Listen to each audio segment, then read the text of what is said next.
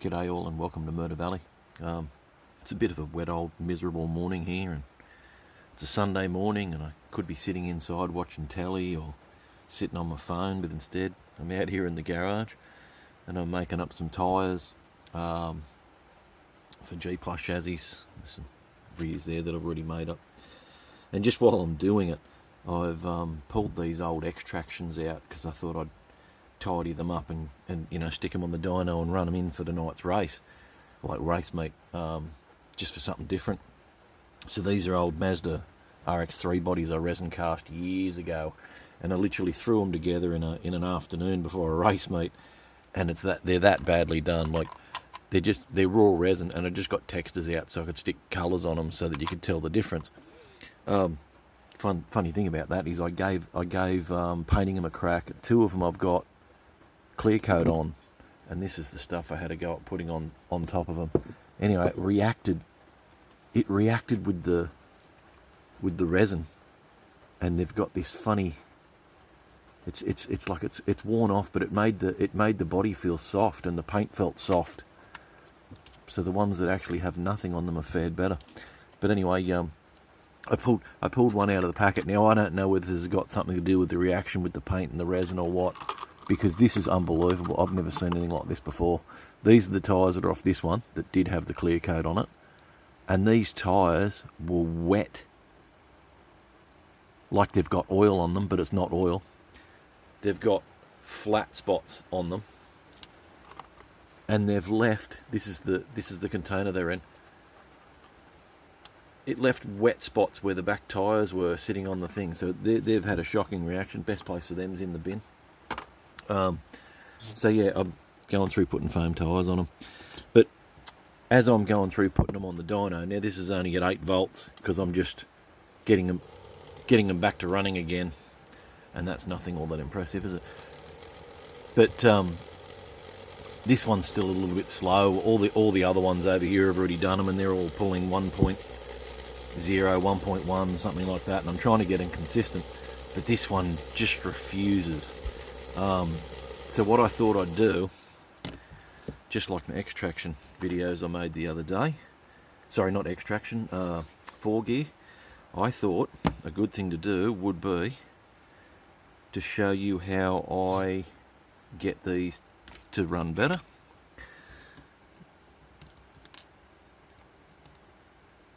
Unbelievable. I love it when the motor brushes stick to the con, that's good. So the idea with these is to keep the comms nice and clean, and I prefer, if I can, to remove that coating off there. But what I'm going to do is I am going to use this tool, and I am going to separate the arm out of the top plate, because what I want to do is there's a lot of play. There's a lot of play in this arm. Now obviously this is an this is a T-jet tool. This is not a T-jet top plate. Come on. Oh, it's in there tight. Come on. There we go. Separated and didn't even break the top plate. Happy days. So what I want to do is I want to check the spacing. So I'm going to need to put these motor brushes back in here because I need them. Because what I'm looking for is the amount of play between the tub of the chassis and the top plate when it's all installed.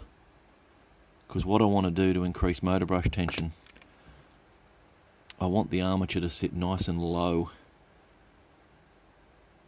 Is that in? Yeah, that's in. Yeah, I want the armature to sit nice and low in the chassis, so it's got as much motor brush tension as possible by getting it down nice and low in the chassis, and that seats the motor brushes further into the tubs that they sit in. You know what? Somewhere I need to find a washer. Hang on. Alright, I have a washer. Is this going to be too big?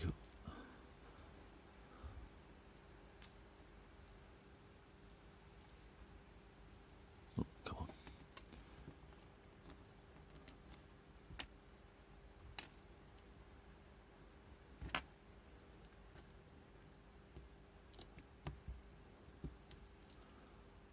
Some may ask why I bother going to this amount of extent, working on cars all the time and doing all these little extra things. It'd be so much easier just to put stronger magnets, etc. in them. But just like when you're cooking, or when you're cooking that bit of steak on the barbecue, the better you become at cooking the steak, the better it tastes. And it's the same thing with these. The better you make these, it just increases your enjoyment level of driving them. Oh, come on. Really? There we go. So I am going to leave that spacer in there. Now, what's the right size mandrel for this? I did not prepare this. Oh, that's a bit tight. I'm going to go for a bigger one, hang on. Alright, so I've got different mandrels here.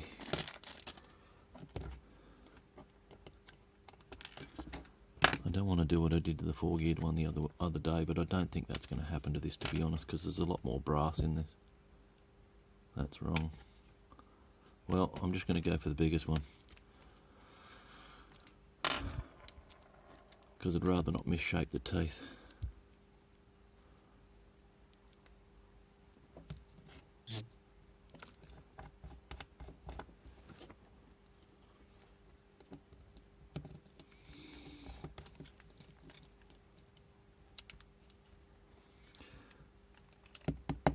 That didn't work. I get it down in the ballpark or where it's got to be. Alright. Oh, so what I'm trying to do, if you're wondering why this is slightly difficult for me, it's because I'm looking around. I've got an arm around one side of the camera and I'm looking around the other.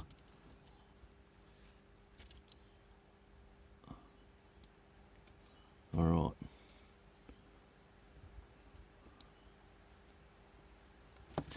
Now, so that's really loose. I want to remove that amount of, so I slowly wind it in and also rotate it round to make sure that it's going on nice and square. So if I did this up too tight, it would bind on the top plate and slow the motor down, potentially burn it out.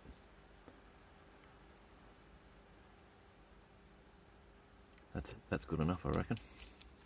I'm going to clean that up while I'm here.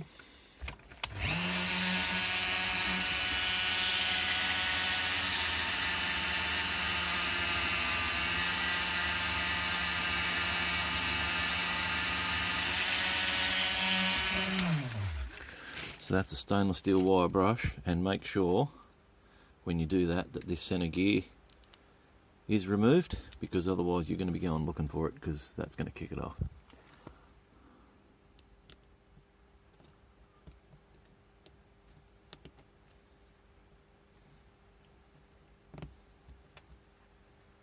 How did I go? Got it back together first time.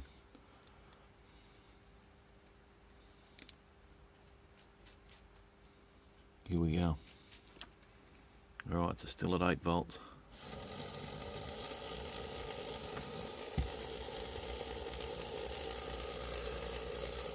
Generally takes them a little while to run in.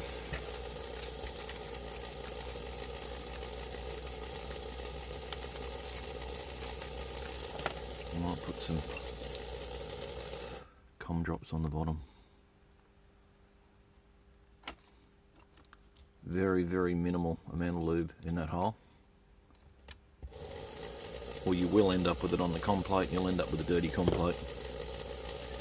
And I actually use com drops for that, not oil, because com drops causes less issues if it gets on the com than what oil does.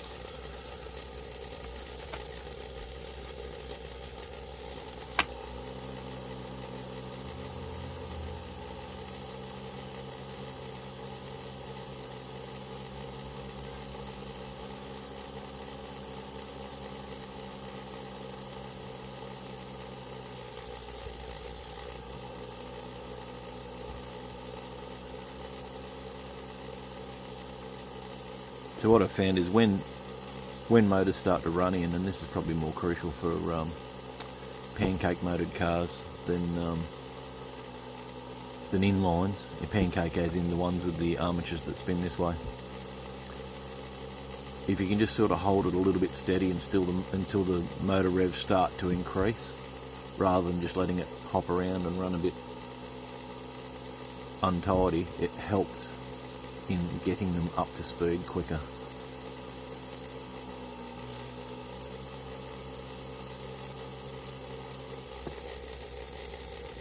Still doesn't want to. Let's knock the voltage up a little bit. That's 9 volts. That's 10.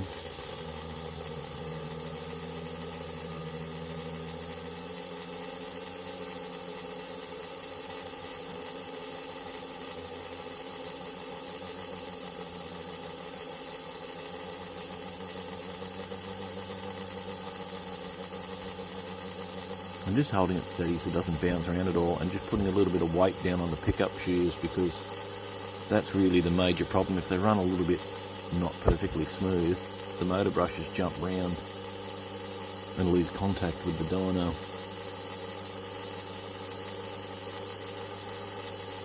So as you can see, that's gradually increasing. And for those of you who have watched my videos before, you'll see that the rear screw mod has already been done to this one, with the rivets being removed and replaced by a screw.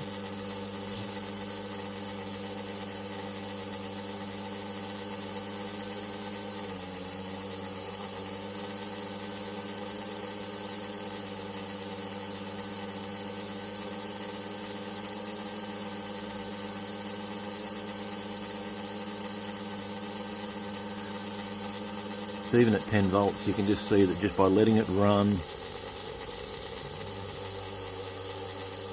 Obviously, if I stick this on a track and let this run round, right, I've only just put these foam tyres on this morning, but just to help stuff run in. Sometimes it's about the way you install the tyres, rather, like, because the tyres are round, they're concentric. But just running them around the track with them installed on the rims, if the back rims are a little bit out of square, or the axle's a little bit bent, running the foam tyres around the track, as long as it's within a certain amount of being true, they run in through, like you wear the high spots off as you're driving them. Let's go back to 8 volts. And my aim is for, I want to get closer to 1.1 so it matches to the others, but you can see it's increasing. But what I'm going to do is I'm going to run it up to about 14.5. Yeah, there's 14.5. What I'm aiming for is the wheel speed on the dyno where this gets to about between 1.8 and 2.0. And for a light magnet traction car, because these don't have an excessive amount, for a light magnet traction car, that's ideal.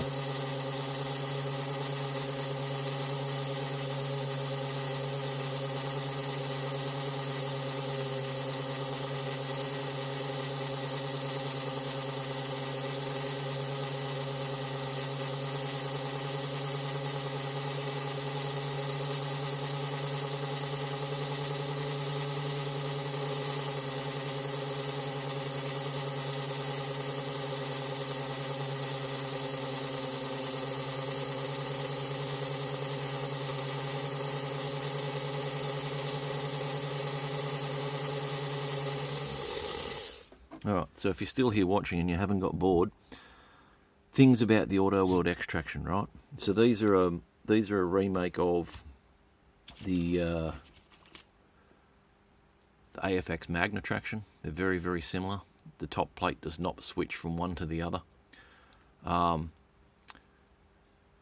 good thing about these is you can still buy them brand new. These are early ones. These are very, very old. It's a new old stock car, but I picked it up when it was very, very old. Now, things to look at with these things, this rear rivet No, you don't have to replace it every single one. You just need to look at when there's a rivet in there, how secure the rivet is, because it adds to gear mesh problems. You want to look at tyres. I found the standard tyres, which these ones still have on them, because they're a rubber, not a silicon. You can actually sand these down.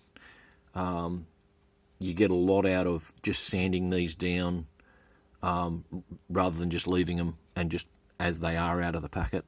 The front tyres I found on these earlier ones, because there's a lot of them that come out now with a wider tyre. This is just black nail polish, because these have a tendency to fall off, and you will lose them because they're very, very small. So what I end up doing is I take the tyre off, just paint the outside of the rim with a bit of black nail polish, put them back on again, let that dry, and then just give it another couple of coats around the inside of the tyre, just so it's like a glue to hold the tyre on. And then once it's on, get a bit of sandpaper or something. Sorry, this will do. And then just on the outside tyre, sort of go through with the diagonal sanding motion, and it helps to true the tyre to the rim. And if you've got any excess nail polish or anything on the tyre, it takes that off. But it just helps them to run smoother. Back tyres I recommend sanding whilst running on something like a dyno. But look, these chassis, once you look after a few of these little things, like as a bare package, they're not a bad thing. And depending on, some of them run good out of the packet, some of them don't, right? But the bare bones is here, and if you put a little bit of time into them to make them run better, you do get rewarded for it. You do end up with a good running car. They do have just slightly stronger magnets than a Xtraction, and of course they've got new armatures, right? So I always had this concept that in our racing group, that what we could do is run an Xtraction Xtraction hybrid, right? So in other words, what that means is someone can just run a standard Xtraction, and my advice would be to do some of the little tweaks I've done here to make it run better. But if you love Xtraction and you have an old good chassis and you wanted to use it, then you just pull the armature and the motor magnets out of one of these and put it in one of these to bring it up to spec to race, so that these can race together, so you're sort of racing apples and apples. But I mean, our racing group, the theory always is, if you can't buy it new, then you can't race it. But it's not that hard to get hold of an old Xtraction chassis. The hard part's chasing up electricals and all that sort of stuff for it. So if you pinch the stuff out of this, stick it in this, you know what I mean? Like, they should be comparable. But that's my thought process. That's sort of what I've tried to, like, what I want to put forward potentially as a racing group. And I think a racing car for a racing group, and I actually think that'd be a good package. But yeah, just all out of the packet stuff. And some of the Xtractions, I can't think what they call it. Some of them have an extra traction magnet in them. I don't have any here, unfortunately, that I can show you, because, like I said, all the ones I have are all older ones. But yeah, they have a little extra magnet. I think it's mounted in there, and it's just a little button magnet. So obviously, if you're racing this class I'm talking about, that magnet would have to be removed, so that everyone's comparing apples with apples. But yeah. Anyway, something I missed out early. This, I found, this White Knight Crystal Clear, this does not react with my resin bodies like this one does.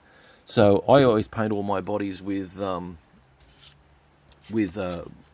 paint made for polycarbonate bodies, because you don't need a primer for it, and it's because it's what I've got left over from RC cars. So I paint it with that, and then, just because polycarbonate paint's not shiny, because it's designed to go on the inside of Lexan bodies, and then I just give it a couple of coats of this over the top, and they come up nice and shiny.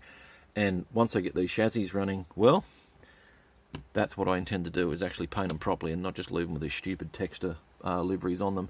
And this one with complete with spelling mistake, because I'm an idiot. But anyway, but yeah. Anyway, thanks for watching. Hope you learnt something or inspired you to have a go at having a go at working on your own cars. and hope to see some more of you guys in Australia getting involved and maybe even turning up to some race mates. That'd be great. Anyway, thanks very much. Stay tuned. There'll be more tips coming. Bye. Right, so after I've finished that video and I was just about to edit it and upload it to YouTube, it's still raining, as you can hear. What I decided to do, because some of these tyres on some of these chassis over here, the front tyres are flat as well, and it's just because I can make foam tyres, I can do what I want. I've literally just gone and made a tool that adds a step to the inside of some of my tyres. So now